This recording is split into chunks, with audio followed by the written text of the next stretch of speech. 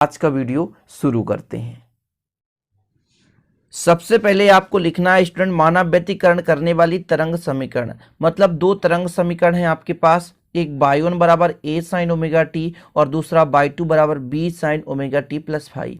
पहला आपका तरंग समीकरण कौन सा है? y1 equal a sine omega t, दूसरा है y2 equal b sine omega t plus phi. ये दो तरंग समीकरण हैं जहां ए जो है पहले तरंग समीकरण का आयाम है, जहां बी क्या है दूसरे तरंग समीकरण का आयाम है। ओमेगा क्या है? कोणीय आवृत्ति क्या है? कोणीय आवृत्ति है। और फाई क्या है? कलांतर है। अब यदि अध्यारोपण के सिद्धांत से हम करें तो अध्यारोपण का जो सिद्धांत है, कुल विस्थापन जो है उनके विस्थापनों के योग के बराबर होगा। मतलब जो y है वो किसके किसके बराबर होगा? y1 प्लस y2 के बराबर होगा, है ना। अब क्या करेंगे? दोनों का वैल्यू पुट कर देंगे। y1 का मान कितना है स्टूडेंट? तो y1 का मान है a साइन ओमेगा टी, है ना, और प्लस आपका y2 का मान है v sine omega t plus phi. ये आपका y1 और y2 का वैल्यू हो गया। इसके बाद हम यहाँ पर इसको हल करेंगे, क्योंकि यहाँ पर साइन a प्लस बी का फार्मूला लगेगा। तो y बराबर a साइन ओमेगा टी हो जाएगा, प्लस b रहने दो ब्रैकेट के अंदर sine a cos b, sine a cos b plus cos a sine b sine phi हो गया।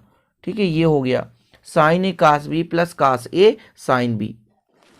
अब इन दोनों में से अरेंजमेंट करेंगे, जैसे साइन ओमेगा टी दो जगह है, तो यदि मैं यहाँ दोनों से साइन ओमेगा टी कॉमन लूँगा तो यहाँ बचेगा a और यहाँ पर बचेगा b कॉस, कितना बचेगा? b cos phi.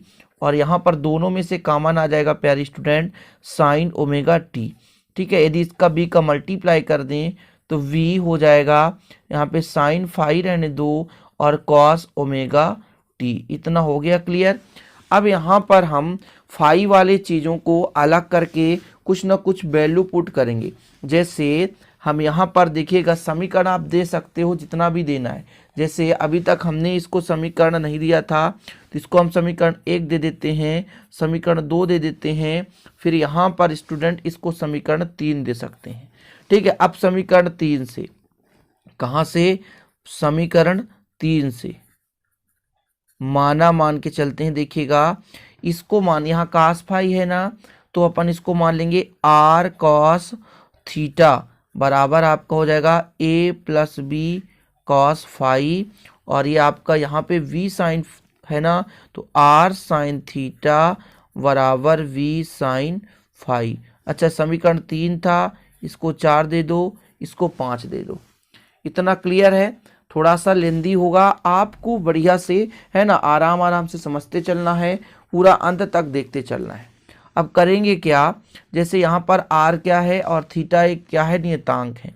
जहाँ r व थीटा नियतांक क्या है स्टूडेंट? नियतांक। क्लियर। अब वैल्यू पुट करो।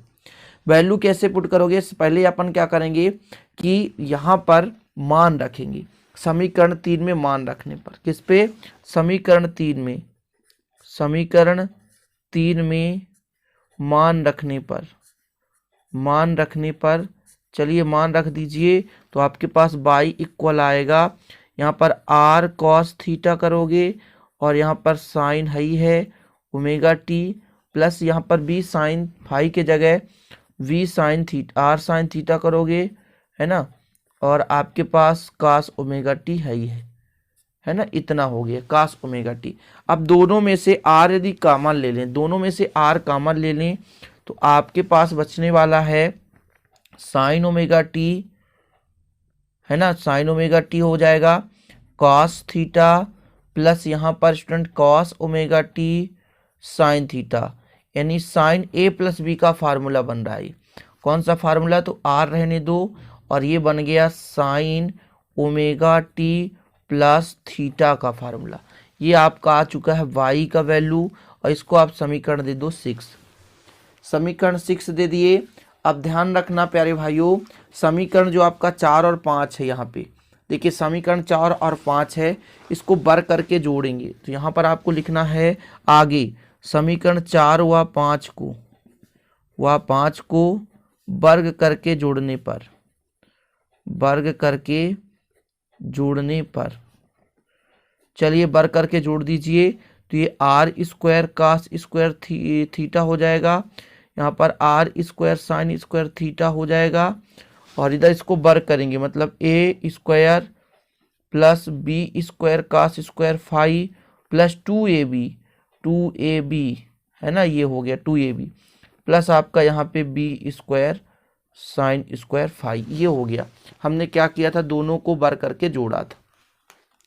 इतना क्लियर है। इन दोनों में से आर स्क्वायर कॉमन ले लें तो बचेगा कितना, sine square theta plus cos square theta, बराबर में प्यारे भाई यहाँ से बी स्क्वायर कॉमन ले लें तो वी स्क्वायर कॉमन लेंगे तो यहाँ पे बचेगा sine square phi plus cos square phi, यहाँ पर कितना बचेगा 2ab कॉस फाई। अच्छा, एक सब समीकरण आप 10th क्लास से पढ़ते आ रहे हो कि sine square five plus cos square five बराबर कितना होता है 1, इन दोनों का मान 1, तो आर स्क्वायर बराबर आपके पास आया A square plus B square plus 2ab cos five. जी हाँ, ये समीकरण कितना आ गया था, समीकरण 6 तक हो गया था, इसको आप समीकरण 7 दे सकते हो। ठीक है स्टूडेंट, अब ये दिए वर्ग है, पक्षांतर करेंगे तो पूरा का पूरा ये वर्गमूल में हो जाएगा A square plus B square plus 2ab cos, और ये 5 हो गया, ये समीकरण हो गया 8। इतना हो गया आपका समीकरण 7 और 8 आ चुका है। अब आपको पता होगा तरंग की जो तीव्रता आई है आयाम आर के वर्ग के अनुक्रमानुपाती होता है। तो आपको लिख लेना है कि तरंग की तीव्रता आई आयाम आर के वर्ग के अनुक्रमानुपाती होता है। तो यहाँ पर आप आई है ना, अनुक्रमानुपाती आर का वर्ग हो जाएगा। अच्छा, आर स्क्वायर का मान कितना है उसकी भी वैल्यू पुट करेंगे, लेकिन यहाँ पर के एक नियतांक लिख देते हैं। ठीक है, क्योंकि जब भी समानुपाती हटाते हैं तो एक नियतांक लगता है। तो यहाँ पर आई बराबर हो जाएगा के आर स्क्वायर का मान तो है A square plus B square plus 2ab cos five, है ना। इसको इतना कंप्लीट कर लिया आपने। अब इसके अंदर के का मल्टीप्लाई कर दें। यदि के का मल्टीप्लाई करेंगे स्टूडेंट तो कितना हो जाएगा, आई इक्वल के ए स्क्वायर प्लस हो जाएगा के बी स्क्वायर प्लस आपका हो जाएगा यहाँ पर 2kab कॉस फाइव हो जाएगा। ठीक है, अब यहाँ पर ध्यान दीजिए कि जो आपका I1 है, I1 ये भी A और B आयाम है ना, तो ये हो जाएगा I1 के लिए, था ही Y1 के लिए, ये हो जाएगा I2 के लिए। अच्छा, यहाँ पर K की कमी है, समझ पा रहे हैं, जैसे K तो है लेकिन A और B स्क्वायर की कमी है। तो यदि मैं इसको ऐसा लिख दूं, अरेंजमेंट करूंगा कि यहाँ पे अंडर रूट करूंगे तो वर्ग लग जाएगा, तो यहाँ पर आप मैनेज कर लेना अंडर रूट, ये K है ना, K को भी अंडर रूट के अंदर कर दूंगा तो K दो भागों में बढ़ जाएगा, A स्क्वायर B स्क्वायर, मतलब I1 I2 हो जाएगा, कॉस फाइव हो गया। इतना क्लियर। और इसको आप दे दो समीकरण 9, इसको क्या दे दो, समीकरण 9। ये आपका परिणामी आई आ गया। अच्छा, I1 बराबर कितना है आपके पास, पहली तरंग की आपकी यहाँ पे तीव्रता है, I1 बराबर जो आपका आया है के ए स्क्वायर है ना, और I2 बराबर जो आपका आया है के बी स्क्वायर। ये क्या है प्यारे भाइयों, तो ये पहली तरंग के कारण तीव्रता है, तरंग के कारण तीव्रता है, और जो आपका I2 है वो दूसरी तरंग के कारण तीव्रता है, तरंग के कारण तीव्रता है, कारण तीव्रता है। इतना क्लियर हो गया। I1 और I2 कहाँ से आ गया, पहले तरंग के कारण तीव्रता और दूसरी तरंग के कारण तीव्रता है।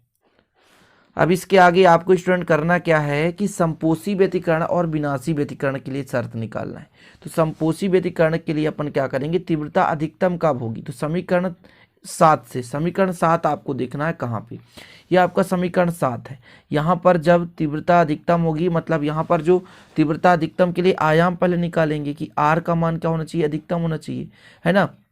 तो पहले अपन क्या करेंगे, आयाम, आर जो है आयाम है, जब आर अधिकतम होगा तो क्या होगी स्टूडेंट, तीव्रता भी अधिकतम होगी, क्योंकि यहाँ पर जो तीव्रता होती है आयाम के वर्ग के क्या होती है, समानुपाती होती है। तो जितना यहाँ पर आर स्क्वायर होगा उतना ही तीव्रता होगी। तो इसका मान अधिकतम होने के लिए कॉस फाई का मान धन 1 होना चाहिए, मतलब ऋणात्मक होना नहीं चाहिए। तो यानी मतलब अधिकतम मान के लिए इसका मान क्या होना चाहिए, धनात्मक होना चाहिए। यानी जो cos फाई की जो वैल्यू है वो 1 होनी चाहिए। और ये कब होता है, ये फाई बराबर 2n पाई, मतलब स्टूडेंट ये जो फाई बराबर है 2n पाई पर होगा, जहाँ n क्या है, जहाँ n क्या है, n बराबर 0 हो सकता है, 1 हो सकता है, 2, 3। क्योंकि स्टूडेंट एक मान कब होता है, जब आपका थीटा का मान कितना हो, 0 डिग्री, 0 के बाद 180, फिर 360। इन कंडीशनों पर इसका मान अधिकतम होगा। समझ पा रहे हैं, एक मान होगा कब, जब 0 मतलब काश 0 का हो, या काश आपका हो जाए 180 डिग्री, या काश 360। इस परिस्थिति में स्टूडेंट आपका जो क्या, cos थीटा का मान 1 होगा अधिकतम। और जब cos थीटा का मान अधिकतम है 1 कर देंगे, कब, यहाँ पर आपको वैल्यू दिख रहा है ना, अर्थात ये 0 से पाई के बीच समगुणक है। तब स्टूडेंट यहाँ पर आपको थोड़ा सा लिखना है, तब यदि एक मान लेंगे cos फाई का मान, तो आई मैक्सिमम हो जाएगा, आई मैक्सिमम कितना हो जाएगा, k। अब k के बाद a1 square plus a2 square plus 2a1 a2। अब ये कहाँ से आ गया, ये कहाँ से आ गया, अच्छा यहाँ पर आप देख पा रहे हैं भाई, cos फाई का मान 1 हो गया, आई का मान अपन निकाल रहे हैं, तो आई का मान यहाँ से कर सकते हैं, नहीं कर सकते हैं। इसको आप समीकरण दे सकते हो, जो भी 9, 10 इससे भी ले सकते हो, कोई जरूरी नहीं कि मैं जो समीकरण 7 लिया हूँ उसी से आप लो, ठीक है ना। तो यहाँ पर आपका हो जाएगा आई जो मैक्सिमम है, यानी तीव्रता हो जाएगा k a1 प्लस a2 का क्या हो जाएगा वर्ग, a प्लस बी का होल वर्ग हो जाता है। इतना क्लियर है, इतना आप लोग आसानी से कर पाओगे। अब आपको लिखना है यदि संपोषी व्यतिकरण, ये चीज याद करना पड़ेगा, संपोषी व्यतिकरण, क्या, संपोषी व्यतिकरण जो होता है वो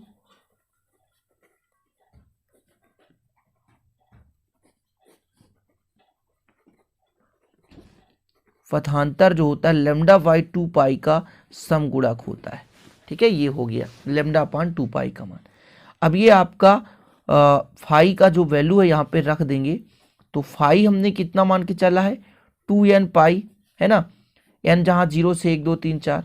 अब यहाँ पर स्टूडेंट आपको थोड़ा सा वैल्यू देखना है कि यदि पाई से पाई काट दें और कितना कट जाएगा, 2 से 2 काट दें, तो आपके पास कितना बचेगा, लैम्डा n या n लैम्डा बचेगा, n लैम्डा बचेगा, ठीक है। ये हो गया आपका पथांतर, जो कि 0 या, है ना, 0 या लैम्डा वाई का समगुणक भी कहलाएगा, का समगुणक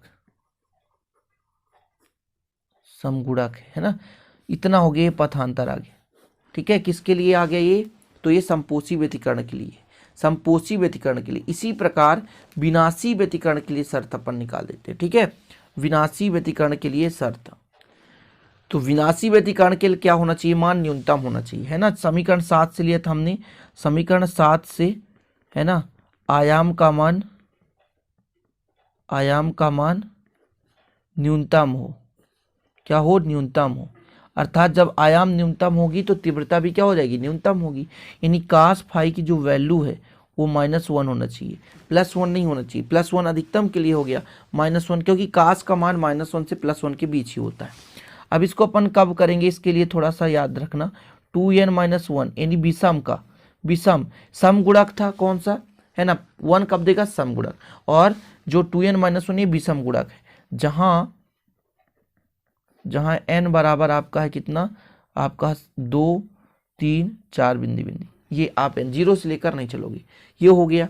तब मिनिमम अपन निकाल रहे हैं, किसकी वैल्यू, तब आई मिनिमम, ठीक है, मिनिमम, तो k हो जाएगा, फिर a square plus v square, minus हो जाएगा 2ab, है ना। तो आपका हो जाएगा आई minimum k a minus b का होल स्क्वायर। ये हो गया किसके लिए, विनाशी के लिए। तो यदि विनाशी व्यतिकरण के बीच पथांतर फाई हो, तो यदि विनाशी व्यतिकरण किसके लिए, यदि विनाशी व्यतिकरण के लिए तरंगों के बीच पथांतर कितना हो स्टूडेंट, पथांतर डेल हो, तो कितना हो जाएगा, टेल बराबर लैम्डा अपॉन 2 पाई इंटू 5 हो जाएगा। ठीक, जहाँ पे फाई का मान कितना है, लैम्डा बाई 2 पाई यानी 2n-1 इंटू 5। ठीक, 5 से 5 काट दो तो यहाँ पर आप कर दोगे लैम्डा बराबर 2n-1 लैम्डा बाई 2। ये आपका हो गया पथांतर किसके लिए, विनाशी व्यतिकरण के लिए। तो ये संपोषी और विनाशी व्यतिकरण की जो शर्तें वो भी हो गया कंप्लीट। तो ये वीडियो मैंने पहले भी कहा था कि थोड़ा सा लेंदी होगा, इसके आगे भी है। यदि आप चाहो तो संपोषी व्यतिकरण की स्थिति में परिणामी तीव्रता का व्यंजक निकाल सकते हो और फिर विनाशी व्यतिकरण के लिए स्थिति में परिणामी तीव्रता का व्यंजक निकाल सकते हो। लेकिन यहाँ तक ही काफ़ी है। और ये वीडियो आशा और उम्मीद है कि आपको पसंद आएगी। पसंद आए तो लाइक कर दे।